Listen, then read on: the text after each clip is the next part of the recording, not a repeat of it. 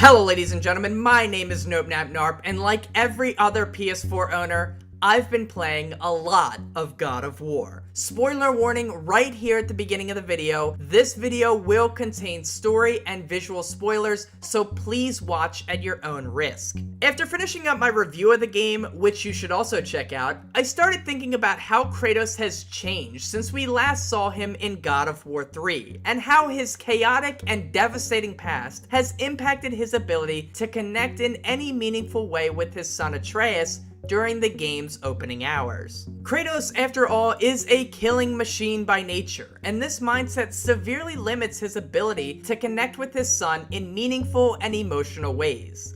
Of course, as the game progresses, the relationship between Kratos and Atreus is strengthened, while we see another strained relationship between the goddess Freya and her son Baldur end in tragedy. It got me thinking about parenting, and the 4 different styles that psychologists say parents use to raise children. So in today's episode of Psychology of Gaming, the series where we see how psychological principles take form in video games, and how video games can affect us psychologically, we analyze the parenting style of Kratos, and how it changes throughout the course of God of War.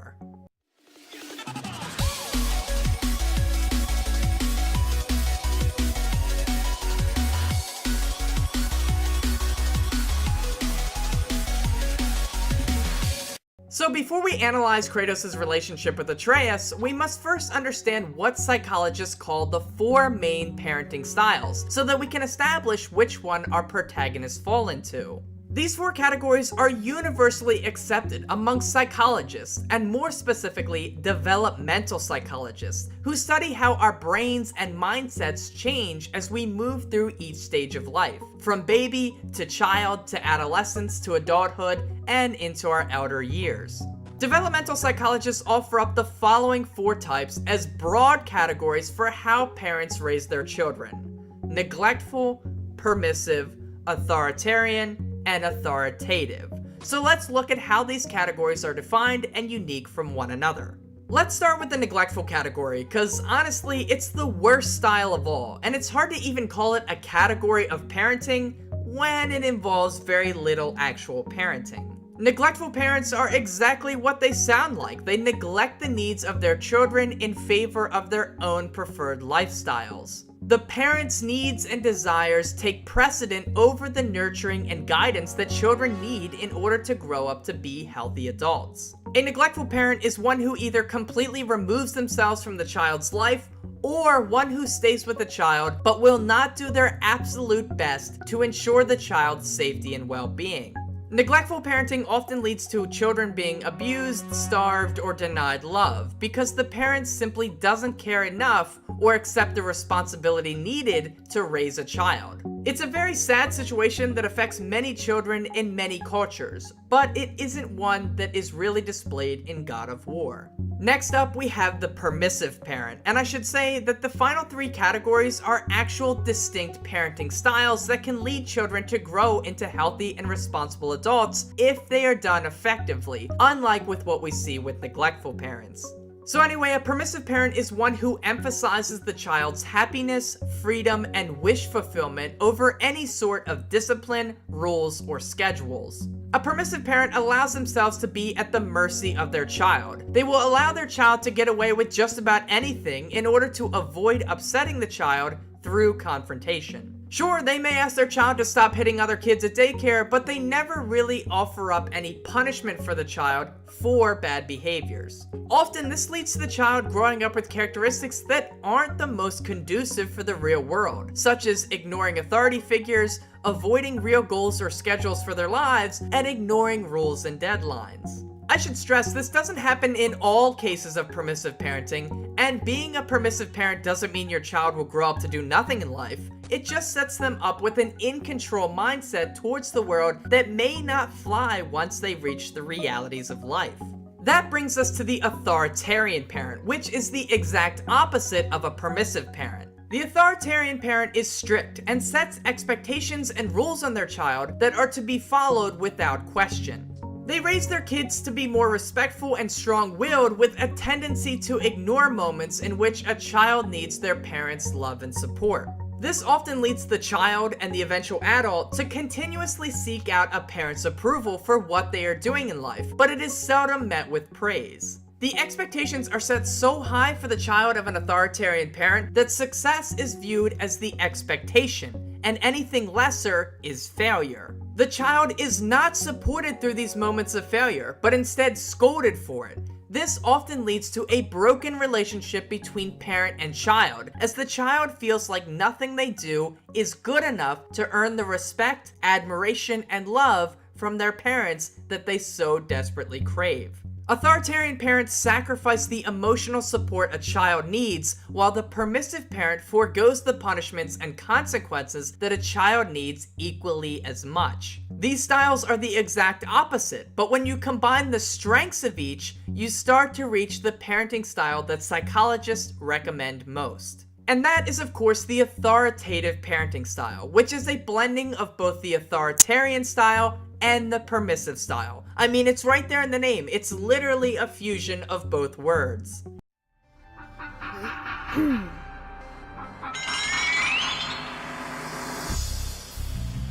Fusion! Ha!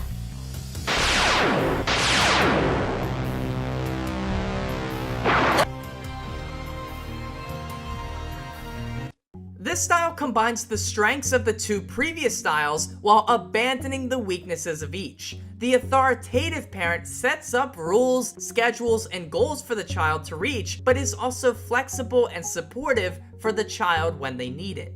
For example, they may expect their child to be on honor roll during school, but won't freak out on the kid if one semester they aren't able to accomplish that goal. Another example would be involving the child in activities or sports from a young age, all the while encouraging the child to get better at the activity while not forcing them to engage in it if they don't want to. It's a nice way of balancing structure and support, which are two things that children need a lot of. This balance allows the child to grow up with reasonable expectations of themselves while never feeling inadequate in their parents' eyes. This allows for the healthiest relationship between parent and child to form. So now, let's jump back into God of War and see where Kratos and Atreus fit into all of this.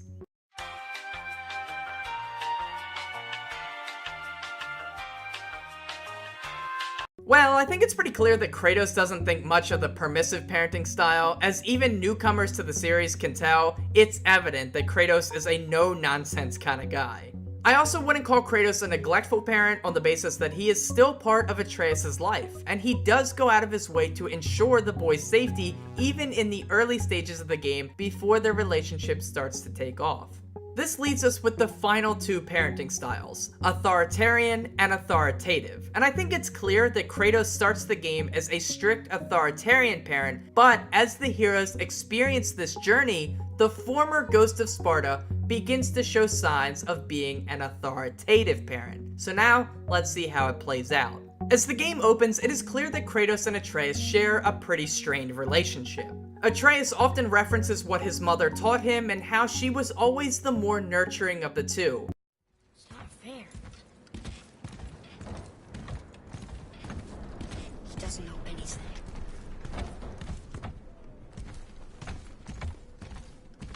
Why did I expect it to be any different now that she's... You lost control. That thing was trying to kill us. It's not like you don't get angry in a fight. Anger can be a weapon. If you control it, use it. You clearly cannot.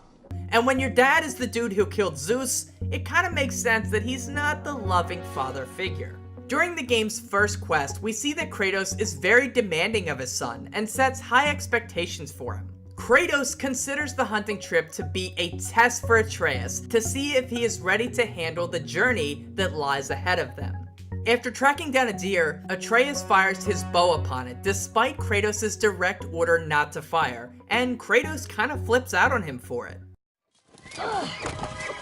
What are you doing? Now his guard is up. Only fire. Only fire. When I tell you to fire. I'm sorry. Do not be sorry. Be better. Atreus was given an order and did not follow it, leading to a tongue lashing from his father, and that's one of the staples of an authoritarian parenting style. Disobedience is met with consequences and punishment. Atreus loses his bow for some time, and Kratos demands better from him the next time they encounter the deer.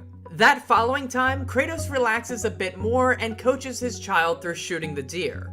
Atreus succeeds this time, and Kratos helps him deal the killing blow. We get this moment too, which I think sums up their relationship at the beginning of the game perfectly. Kratos is given the opportunity to congratulate his son on the kill and show he is proud of him by patting him on the shoulder, but he ends up pulling away. It illustrates that this relationship is not a fulfilling one at this point. It's clear that Kratos obviously still cares for his child, but does not take advantage of this touchy-feely moment, which lines up with what we'd expect from this character at the beginning of the game. It suggests that Kratos is still haunted by the loss of his former family in Sparta, and that perhaps he is almost scared to become close to his child again out of fear of his past repeating itself.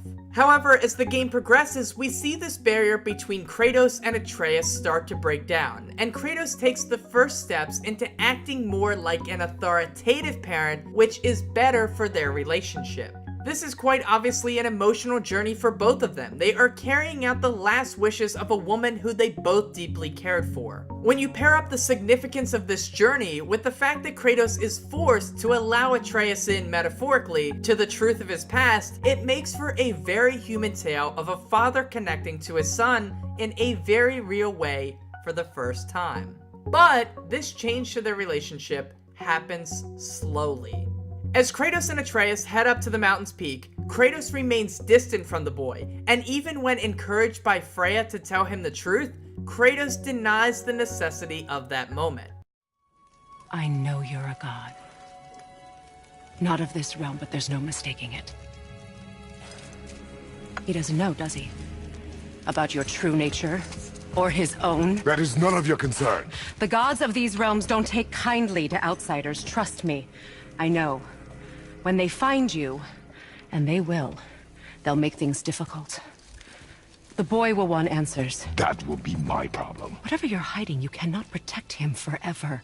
He continues to protect Atreus while on Alfheim, even to the point where he surrenders his Leviathan axe to Atreus in case of an emergency while he enters into the Mystic Light. While in the light, much time passes in Alfheim, and Atreus is forced to slaughter many enemies in order to protect himself. Kratos feels that only a few moments have passed, when in fact a good amount of time has gone by. Atreus feels betrayed and questions why Kratos abandoned him again. No! You've been gone a long, long time! I didn't know what to do! You left me here! Again! Why don't you care?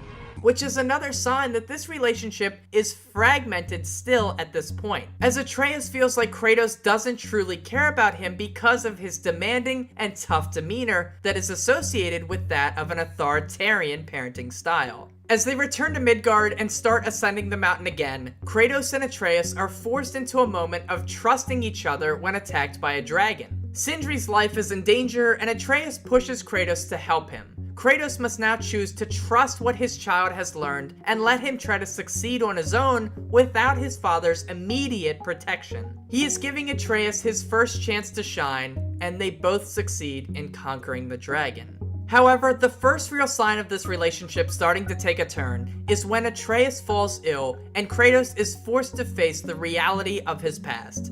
Quite literally, too. Kratos. Zeus. Kratos must start to become more transparent about his godhood and his past, and he knows that it will mark the beginning of a new chapter in his relationship with his son, and that if his son is going to grow up to the vision that he has for him, he will have to be more nurturing. After sharing a tender moment with Freya and promising his son that he won't leave him behind, Kratos comes to the realization that it's time for his son to know the truth. Atreus admits that he feels like he has never lived up to what Kratos wanted him to be. Why do you say nothing? You said I was cursed. You think I'm weak because I'm not like you. I know I was never what you wanted. But after all this, I thought maybe things were different. And we see the early signs of distress that often leads a child to resent their parent. This is most likely due to Kratos' harsh parenting style, but as Kratos tells the truth to his son, we see that he is moving towards the more authoritative style of parenting. He tells Atreus the truth, and this shows Atreus, perhaps for the first time in his life, that his father truly cares about him, and he receives the emotional support that a child needs. The truth. I am a god, boy. From another land far from here. When I came to these shores, I chose to live as a man. But the truth is, I was born a god. And so were you. This doesn't, however, lead to a perfect relationship between the two. It is clear through the next few quests that Atreus is rather smug about being a god, and ultimately, it gets he and Kratos stuck in Helheim. After not following his father's orders and attacking Baldur, Kratos lashes into Atreus about his attitude and how it has forced negative consequences upon them. Are you gonna help me? You will listen to me and not speak a word. I am your father, and you, boy, are not yourself. You are too quick to temper.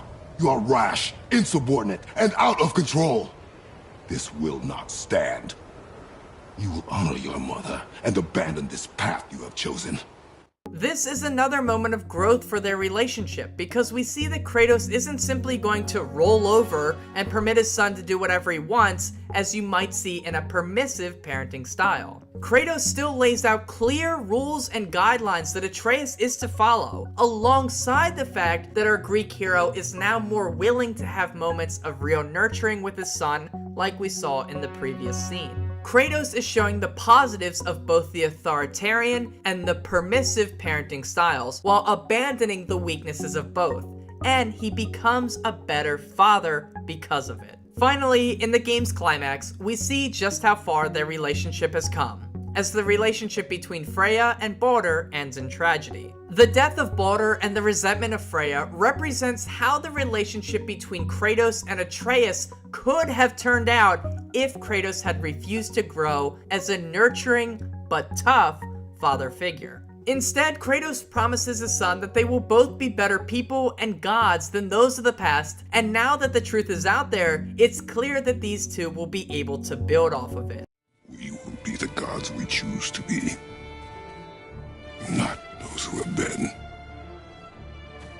Who I was is not who you be. We must be better.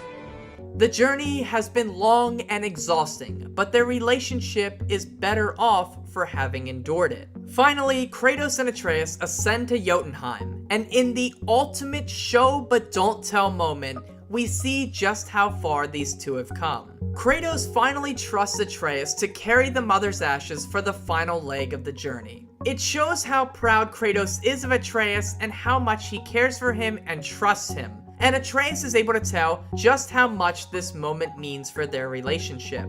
They share a very powerful moment together, spreading the ashes of the woman they both cared so deeply about. The relationship between this father and son is not perfect, but it is in a much healthier place than ever before. And it's due to Kratos' shift in parenting style, from one of authoritarian to one of authoritative, while on this incredible, amazing adventure together.